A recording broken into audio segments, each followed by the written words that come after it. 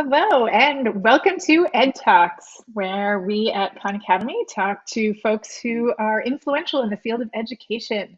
I'm Kristen DiCerbo, the Chief Learning Officer here at Khan Academy, and I am happy today to welcome Ben Riley, who is with Deans for Impact. And we'll talk a little bit more about what that organization is and what it means. But we want to talk about how we can embed what we know about learning, what we know from learning science about how people learn, and how we can help teachers use that in their classrooms. So before we get started, I want to remind you that Khan Academy is a nonprofit organization, and we're able to keep doing our work because of donations from folks like you. So if you have the means and you go to khanacademy.org/donate, you will find a place where you can help us continue with our mission. Thank you very much.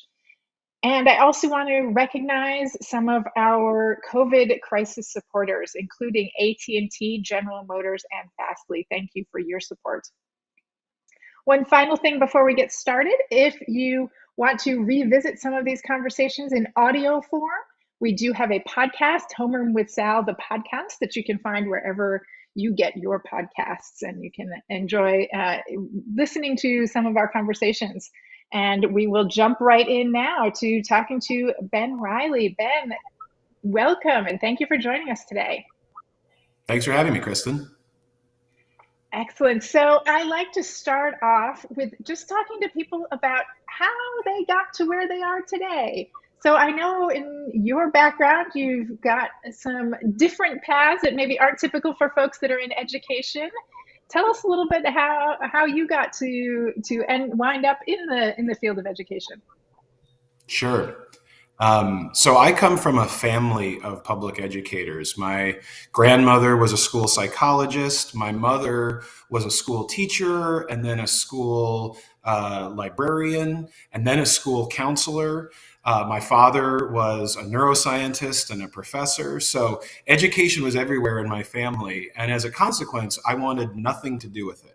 My whole plan with my life was to do something entirely different from that. And through a circuitous route, I ended up getting a law degree. And even though I didn't want to be a lawyer either, I ended up working for the California Department of Justice. And within that, I started working on lawsuits brought against the state of California for issues related to education policy. And maybe it was in the blood, maybe it was something about being surrounded by educators my whole life, but the questions that were raised in those lawsuits were profoundly interesting to me. And so I quickly became pretty heavily involved in the issues related to California education policy that were hotly contested at the time. Charter schools, should every eighth grader be taught algebra or not? Should testing be only in English or in multiple languages? A lot of hot button issues. And then there were policy matters that started happening, like Race to the Top, and President Obama wanting to change education policy throughout the 50 states, and soon to be governor again, Jerry Brown, asking me, is it a good idea? Is it a bad idea? What's your view? And so that kind of sucked me into education issues. And I felt a bit hamstrung being an attorney, where I was forced to sort of take the position of the state of California, which wasn't always what I necessarily personally believed and aligned with. And through a bunch of circuitous routes that I won't belabor, I ended up becoming really interested in how to improve teaching and teachers in particular. And so what I always say when I speak is that I don't have a background as a teacher. I wouldn't pretend to be a teacher, but I have spent my life as an advocate, and I am an advocate for teachers and for great teaching. And so that's what I've found myself doing for most of my professional life. That's great. So my mom is also a school librarian, and I've talked to other people in education whose mothers are school librarians. I think that's a powerful force to have in your background, that kind of just gets you into these and hooks you into these issues and ideas that you, in ways you wouldn't expect to come back to. No doubt. So that's excellent. So based on that, let's just tell me a little bit about what Deans for Impact is as an organization, and what prompted you to found it. Yeah. So Deans for Impact is a national nonprofit organization dedicated to ensuring that every child has a well prepared teacher.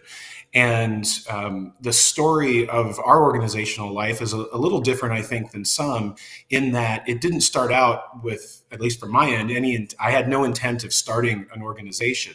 What happened was that because of those interests I mentioned earlier, I started to get interested in like who are the leaders in programs that prepare people to be teachers, the deans of schools of education predominantly, who might be interested in trying to transform and improve that process. And I started to look for them and found them, and they started leading me and mentioning others. But what was fascinating is that as I was talking to them, it was very, very clear to me that there was not any connecting network amongst them.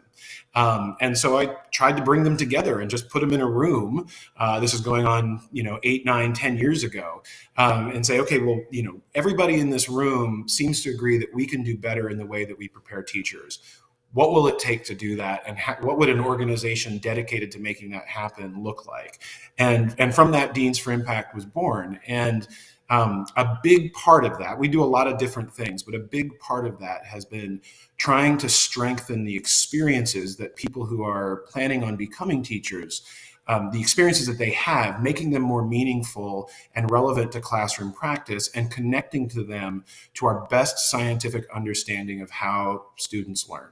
And I would say that if there's anything that I feel like was my contribution to the Deans for Impact effort, it was really focusing on that piece in particular, in part because I was stunned to find out some years into my career in education that there were all these insights into how our minds work and how we think and learn that I was not aware of, and frankly was working on pursuing some projects that, looking back on it, I might not have worked on and pursued if I had known the science of learning.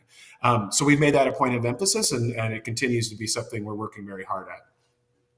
That's actually how I first came to be aware of Deans for Impact, was the release of this Science of Learning paper that laid out in really clear language some fundamental things that we know about learning from research, all with nice little footnotes that give the reference to where things are, but that it's really accessible and easy to for people who haven't studied and don't have PhDs in education to really grasp onto. How did that come about? And as you started thinking about how to build that? Yeah, thanks for those kind words. There were a couple of things where I could almost say we got lucky, but it was also a little bit by design in putting the science of learning out. And by the way, it's available on the Deans for Impact website, completely free of charge. 6 pages, click, download, you've got it. And really, it was born of the fact that I knew we had a cognitive scientist who thought a lot about how to communicate ideas of cognitive science to the general public. And Dan Willingham at the University of Virginia is someone who's written a lot of books, a lot of blog posts. And the reason I He's knew actually a about previous Ed Talk guest. Okay, great. Go watch that because I'm sure it was compelling. I didn't even know that. And that I think speaks to the fact that Dan has spent a non-trivial amount of his career trying to get these ideas in the hands of teachers. So I knew on the science side, we had a scientist who could think how to communicate effectively to non-scientists. The flip side, and this is, I think, a place that's still underdeveloped in education generally, is that there's an awful lot of teachers out there. And wouldn't it be interesting to have a teacher involved in the creating of something that's meant for teachers? And so, through, again, a time when blogging was more common than it is now, I had found this blogging teacher named Paul Bruno, based in California, a middle school science teacher, and who had wrote often about education issues and wrote very clearly, and had written in particular about academic standards, content standards, and how some of the new standards that were being drafted weren't going to be very useful to teachers because they were getting vaguer and vaguer. And I thought, this is what we need. We need to find something that will tell teachers in ways that don't make it just completely like anything goes, which is often, I think, the unfortunate byproduct of people being afraid to take a stand. And yet at the same time, you don't want to get so micro specific that it sounds like you're being prescriptive in how you were teaching. And so we got Paul and Dan together and said, all right, let's get to work. And from that, the science of learning was born. That's fantastic. that point is really interesting because often even researchers themselves very much hedge their conclusions or say, well, it might depend, or in this specific situation, and getting from that to something that is still actionable, knowing that there's maybe some caveats behind the scene, but it gives teachers something that is concrete for them to work on, but doesn't get all the way to do this exact thing. Is That's a fine line to walk and where things fit. It's hard to find that sweet spot for sure, and I think that education generally, again, sort of tends towards the nice, and that's a good thing in Yeah. general. We're working with students; we want to be nice, but I think teachers sometimes need something that's more directly relevant, so that they don't have to be spending. They've got so much time to spend on trying to think through all the various things they need to think through. If you can make it easier for them to see, okay, this is how this scientific principle connects to specific teaching actions, instructional decisions, then you've sort of helped build the bridge, scaffold, as we say in education, ideas from science to their implementation, their application in the classroom. And so I think that's an ongoing and will never be perfected challenge. But I think that if you have, again, teachers involved, you're going to be more likely to get something that teachers find helpful. And also, hopefully, you have scientists who are able to think about how to make that science translatable and understandable to non-experts. That makes sense. That makes sense. So, in the research world, sometimes we're starting to hear a lot about brain science and brains, but you've been vocal about distinguishing between the brain and the mind when it comes to children's learning. What's the difference between those two? Yeah, thank you for that question. Because I see this a lot too, as you just said, and there's conferences that are like mind, comma, brain, comma, blank. Yeah, yeah, And a lot of times people will assume that like I'm really excited about neuroscience. My dad was a neuroscientist. I actually think neuroscience is super fascinating as a field. And provocatively, I actually don't think it's that useful to teachers. So let me back up and answer your question.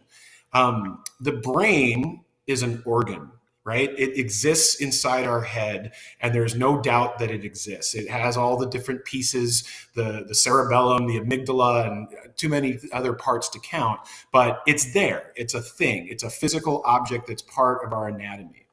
The mind is a metaphor. The mind is a construct that we use to try to make sense of a lot of different things that are going on. Sometimes when I try to explain this, I invoke another metaphor or analogy to make this a little bit more tangible. So I'll try that out here. If you think about a car and what a car is supposed to do, a car is supposed to transport you from one spot to another. The car has within it an engine. We're going to call that engine the brain. And what I'm going to say is, in order to operate your car in ways that are meaningful and useful to you, you don't really need to know hardly anything about how that engine works. What you do need to know is how to drive the car. Driving is what matters. And if you think about what we mean when we say driving, it actually consists of a lot of different pieces. It's putting your foot down on the gas and shifting into gear and turning and braking and making decisions about oncoming traffic.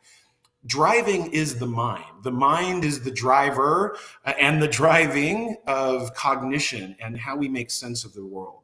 And so everything that I think that is super important for teachers to have at least some understanding of is, how do I drive this thing? And the thing really is the minds of their students. How do I get them to think about what it is they need to think about in ways that lead to durable and lasting learning? that totally makes sense. And I could probably go on a whole other tangent about that brain science piece. I actually am very aligned with you on the practicalities of what it offers for folks in classrooms and what they're doing. But as you're thinking about what teachers should know about how to drive that car and how to do it, I know that you also did some work with some pre-service teachers that are in teacher training programs to try to understand what are they learning and what do they know as they go through those programs? What were some of your findings there? Yeah. So before directly answering that question, I'll back up and say that, we reference the Science of Learning document, and that document sort of has a series of questions about like how learning takes place. How do we understand new ideas? We, over time, sort of distilled those into a set of principles that come from the science of learning, the science of cognition, cognitive science. And we use those as sort of our basic framework for figuring out what it is that we both want future teachers to know, and where do they start? What do they know about how we learn before anything has happened vis-a-vis an engagement with Deans for Impact, or frankly, in any of the programs that are preparing them to become teachers. And so we developed an assessment, and we actually looked around to see if any assessment like this existed already, and it might be out there, but we couldn't find it. So one of our very able employees, Dr. Rebecca Berlin, came on board and said, no problem, let's get to work. We'll build an assessment around these learning science principles. And so we did. And then we asked a lot of teacher candidates, I think a little over 1,000, to take the assessment and give us just a sense of where they were in their understanding of learning science. And there was a couple of interesting findings. You can go kind of glass half empty, glass half full, in that when it came to like sort of basic understanding of cognition, they got about half the questions right, half of them wrong. Now you could say, half right on a test is usually not, an A for sure, and is usually tilted towards the other end of that spectrum. On the other hand, they hadn't really been exposed to a lot of it yet. So, how much would you expect them to know anyway if this hasn't been a focus of their studies? The other thing that I thought was really interesting with that is that there was significant difference between their understanding of scientific principles in the abstract versus their understanding of how to apply those principles when making an instructional decision, something that relates to the classroom. And on those sorts of test questions that we gave them, they did a little bit better, and significantly better, I would say, 10, 15 percentage points better. So that was interesting because it sort of suggests, and I've come to believe this in my time working in education, that sometimes you don't necessarily know why something works. You just figure out that it works. And I think when looking at sort of making certain choices, people who are preparing to become teachers are better able to figure out, well, yeah, that I want to do that with my students rather than some alternative, and they make a better choice there than their basic understanding of learning science might suggest. So that was encouraging, and in some ways, we're trying to lift up how future teachers do on both dimensions, but it's really that latter dimension that is applying these principles in practice where the real impact will be made. Because if they are making those sort of choices correctly over and over again with their students, it's more likely to have the sort of impact on student learning that we're hoping to have. So, some people can look at the data and sort of have a negative takeaway, but we view it the opposite at Deans for Impact. Yeah, well, it also somewhat laid out the case for why your organization is needed. To People are doing okay on their own, and we need to think about how to raise that up above where it is. That makes sense. I also wonder if some of the results from education research are kind of intuitive in what we would expect, and so if you're making choices based on that, it makes sense. And then there's some other things that maybe aren't as intuitive. Honestly, learning styles comes to mind, Right. where you think like, oh yeah, people have these different styles and we should tailor instruction to that, but the research doesn't really support it. And so maybe Yeah. it's more those kind of counterintuitive findings where you're seeing, if no one's ever been taught that, then they aren't going to know where that intuition is. No, Just kind of I thinking about think the you're right. results. I think you're right. Yeah. Now, I'm going to make it a little bit provocative here, Kristen, and I'm going to ask you a question. So before we jumped on this, I went and visited the Khan Academy website, which I hadn't been to in a while. And like many places, I see sort of a cry for personalized learning, a sort of flag for personalized learning, and in particular that students should control the pace of their learning. And look, you're not responsible for what's put on a website. I know that. But I wonder, knowing what you know about learning science, do you think that's a good idea? because I think that's another thing where that idea sounds so appealing. Certainly philanthropists enjoy it. I think a lot of parents enjoy it.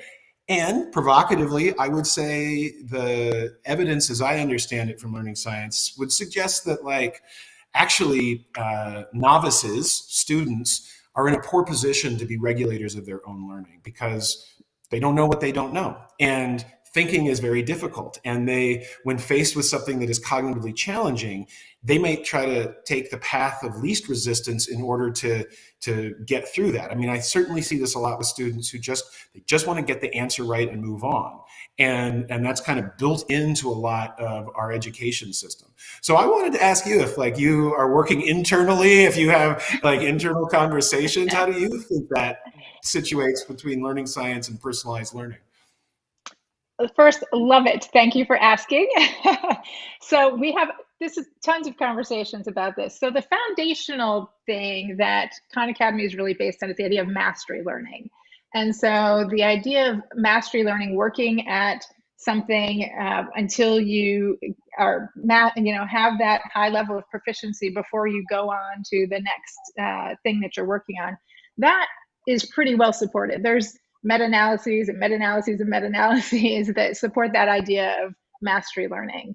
And the key thing about mastery learning is that it's pretty antithetical to moving at a lockstep pace in a classroom, because it's just students are going to have different gaps that they need to fill in. Some students are going to take longer on this concept to really master it than students who are going to take longer at this concept. So that idea of pacing and students maybe being at different paces is really an artifact for us of the idea that we want students to get to that idea of mastery and really build proficiency on a skill before they try to build something on top of that skill with that shaky foundation of where things are. So there's that piece of it. And then the second question is, okay, if that's kind of that personalized piece of everyone's not going to be moving at the same pace through this content. You're going to move at different paces depending on what you're doing.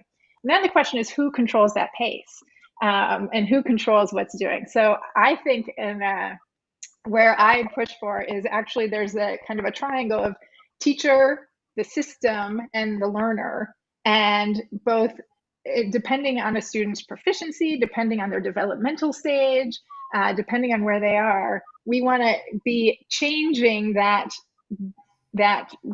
portion of who's doing what over time. And when we're starting out with novices, when we're starting out with young learners, it's going to be more teacher directed.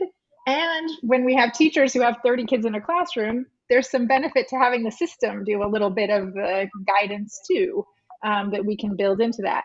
Over time, ideally, we want learners to end up being lifelong learners who are able to control and regulate their own learning, but they're not going to be there from the beginning. So it's more of a journey, and that self-regulated, personalized learner is the goal, but not where we're going to be all the time. So that's kind of where we are. Does that make sense?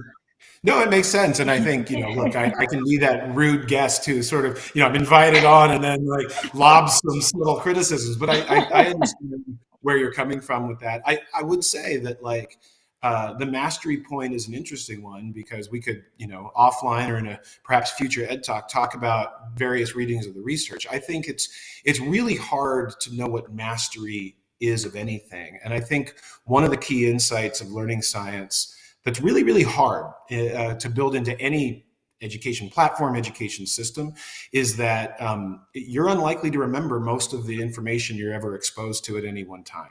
And you've got to come back to it. And anybody who's ever crammed for a test knows that you're able at a point in time to perform as if you have learned something, AKA perhaps from certain dimensions, develop mastery of it. But if it hasn't actually changed your long-term memory, i.e. what it is that you store as your knowledge, then you haven't gained that mastery.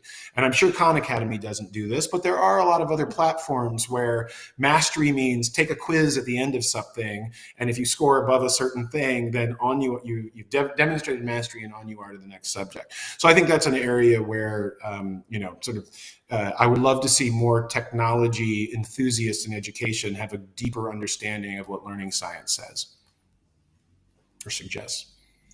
Well, I cannot let that just lie there because in Khan Academy, we in fact have mastery challenges. So initially, you take a quiz and get, some level of proficiency, but then after a period of time, you'll have a mastery challenge comes up that's going to bring back skills from previous things that you have achieved initial mastery at and give you more questions about those, doing that space practice, that kind of Yeah. spiral review. Absolutely, because of all of that research, that it's not just a one time you're done, but there's a forgetting curve, and you need to think about Right. how to help learners keep that information fresh over time. So we absolutely are thinking about that in what we do too. Great. I'm glad to hear it. That said, I'm going to pivot us back so you can talk a little bit more about what you do. Sure. I appreciate though. I love this conversation. Yeah. Um, so in thinking about teacher preparation programs, Yeah. how do you go about working with different schools and bringing them together? Yeah. Yeah. Sorry if I hijacked the interview, but No, it's I'm great. always like, I like this to be bilateral rather than just one sided. So we do a lot of different things with schools of education and leaders in school of education, but per the conversation we're having now, the thing that we do is bring together networks of programs that want to embed learning science into what we sometimes call the arc of experiences that a teacher candidate, someone who's preparing to become a teacher, goes through from the very beginning until the very end. And that work takes like multiple years, involves multiple faculty members, and typically the dean of education at least signing off on the project. And then really working hard to both figure out what, if anything, is being done presently to get those ideas into the heads of future teachers, and then figure out, well, how can we do more of that, and how will we figure out whether we've made improvement with that. We have something now that we've developed around sort of the 6 principles that we have, and I'll talk about those in more particularity in a second here. But we have sort of these modules, as we call them, where we sort of introduce a concept from learning science, set up a series of ways of engaging with it, not just read and regurgitate back the principle, but think about it in the context of a variety of different situations that a teacher is likely to encounter, and then move towards a place where both teacher educators, the ones responsible for preparing people to be teachers, and teacher candidates are actually enacting and working with other students or other humans to actually apply the principles in practice. And then from that, getting feedback and coming back and seeing, okay, did that work? Did it not work? Did you understand what you were trying to do and why it may have worked or why it did not succeed? And now, hopefully, get feedback on that so that you can go try it again and hopefully practice and get better. So that's the nature of the work. As mentioned earlier, we're both assessing at the beginning, throughout the whole process, and at the end to see whether there's improvement. And we have enough data now from since we started launching these networks to see like pretty dramatic improvement in the areas where programs have focused. And so, I'll pause there if you have any questions about that, but I can sort of talk about a particular principle that's become pretty focal for a lot of programs and sort of what that looks like in the work that we do. Yeah, one of my questions to go back to this point about mastering skills, we're actually asking teachers to master these skills related to teaching based on learning science. How do you think about designing programs so that it's not just here's the skill, here's the thing, okay, now we're moving on to the next thing and keep it kind of woven through? Yeah. I mean, this is the hard part. And it's particularly hard working with schools of education that are inside institutions of higher education, universities, as we typically call them. And the reason for that is that if you think back to anyone who's experienced college and university, you had a bunch of courses, right? And maybe they all added up to a major, but each of the courses was sort of the project and owned by whoever the professor was, or maybe the professor farmed it out to some grad students who then taught the class. And so what you have typically had is a series of discrete things that don't braid and do not interleave, to use a term that comes from learning science that basically means just, keep coming back and weaving through ideas and don't just focus on one thing and move on. So what we try to do is bring together all the people involved in the whole arc of experiences, again, as we call it.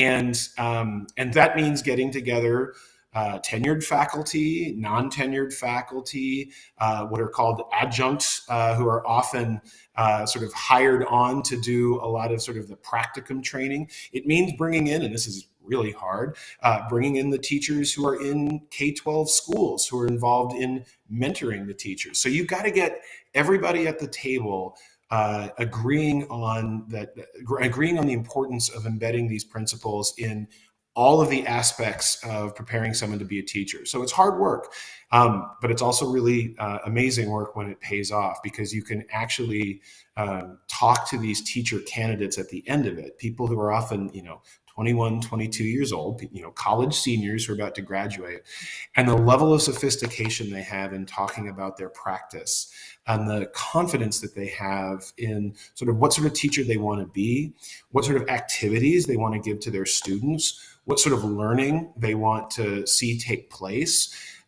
their beliefs about the capabilities of all of their students.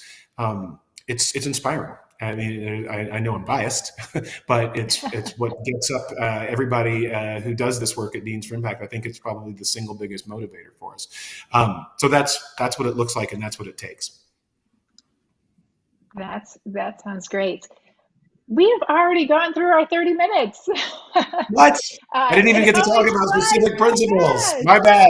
I asked questions. Do you have a couple minutes? We can do a specific principle. Let's do that. Go ahead and let's talk about that. Fascinating. Well, I just wanted to talk about one principle in particular that I mentioned earlier is proven to be particularly important. And I think there's a reason for that.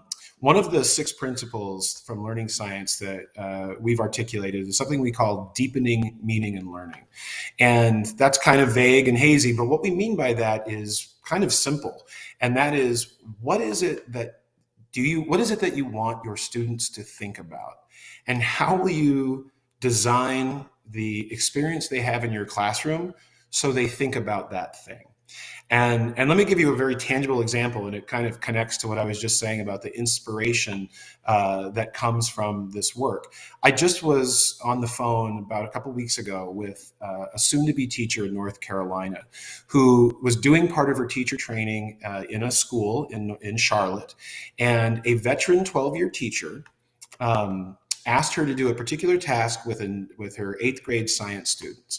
And the task was get some plaster of Paris, roll it around, take a plastic dinosaur, stick it in the plaster of Paris, wait for it to dry, and now you have a fossil. Now, that might be fun and interesting to an 8th grader. I have my doubts. But what it won't do is teach them anything meaningful about how fossils get made. And what was really remarkable is that this soon-to-be teacher could see all this and could say, this isn't the sort of thinking that I want my students to do. There are 5 different types of fossils. I want them to understand what the differences between those 5 different types of fossils are. I want them to understand the differences in what it takes to make those fossils. I want them to understand what different things we can learn and know about our society today because of those different types of fossils. This is someone, I don't know exactly how old she is, but she's a college senior. And she's looking at something that, unfortunately, some 12-year veteran teacher is thinking is a good activity for 8th grade science students and saying, not for me and not for the students I'm going to teach. So that's the principle that more than any other we have seen with the programs we're working with. Teacher candidates struggle, and frankly, even sometimes teacher educators struggle. And I think more than just about anything else in education broadly, if we could get everybody involved to really focus on the question, what is it that is important for students to think about, and how will I get them to think about that in ways that they will truly learn it, to our earlier point, I think nothing else could be more transformative to our education system and to, frankly, our citizenry. I really do. I love that. And I love that as a prompt for thinking about technology in the classroom too, because there's real limits to what technology can do. And I'm at Khan Academy really ready to acknowledge that. And it's really hard from our side to know what students in the classroom are actually thinking about. So we can provide those prompts and those activities, but it takes the teacher in the classroom working with those students, asking them why, asking them, what made you say that? What was all of that to really understand what students are thinking and if they're getting that meaning from what the prompt was and what those places were. So really, No, yeah, really interesting. you're totally right about that, and I thank you for raising it. And at the same time, I actually think there's a number of ways in which technology, when you have an understanding of learning science, becomes really empowering, because now you're not just being told to use technology by a superintendent who was sold something by a vendor somewhere. You're thinking about, how will this be something that leads to the sort of learning I want to have with my students? And I didn't think I was going to tell this story because I haven't thought about it for a while, but I think it's befitting our conversation. One of the interesting tools I've seen used, a little less so nowadays, but there's tools that allow people to become their own Sal Khan, right? You can do Yeah. sort of your own little casting, right? Well, there are some brilliant teacher educators and professional development specialists who have taken to giving kids a tablet and asking them to be their own Sal Khan as they're working through a problem. And then they record it. And then you have an artifact that you can look at that literally gives you sort of like, you can hear the student talking through, you can see them doing the math equation, you can see them erasing things, and you can go back and look at it and start to say, okay, where was the misconception? Where did that come in? What were they thinking when they did this? Why do you think they did this? What would you do as the teacher if you thought they were having that misconception? What would you do to check if you were mistaken about that misconception? So it's a way of saying, if we get every kid to be like Sal Khan with a little tablet, we might be making some real progress. That sounds great. Love it. All right. I will ask to close one for you to give us one note of optimism, something that you see that's promising or gives you hope in our current times. Yeah, well, I may have already stepped on it by mentioning that teacher, soon to be teacher I was speaking to earlier, but she's not alone. There are so many teachers right now who are starting to get more and more interested in these ideas from learning science, and it's global. It's global. It's really a conversation that's happening, and we get inquiries from teachers and teacher educators and policymakers from all over the globe. And without exception, their inquiries are always about the science of learning and what it means for their teaching or for their education system. And so there's a movement happening, and we're lucky to be part of it. And I'm grateful for the chance to have this conversation, because I hope everybody who's listening and watching will take a peek and start to get interested in these ideas if you aren't already. Great. Thank you so much. Thank you for the work you do and also for joining us to talk about it today. Love the conversation. Thank you and best wishes in the new year. Thanks so much, Kristen. I really enjoyed it. Thank you again.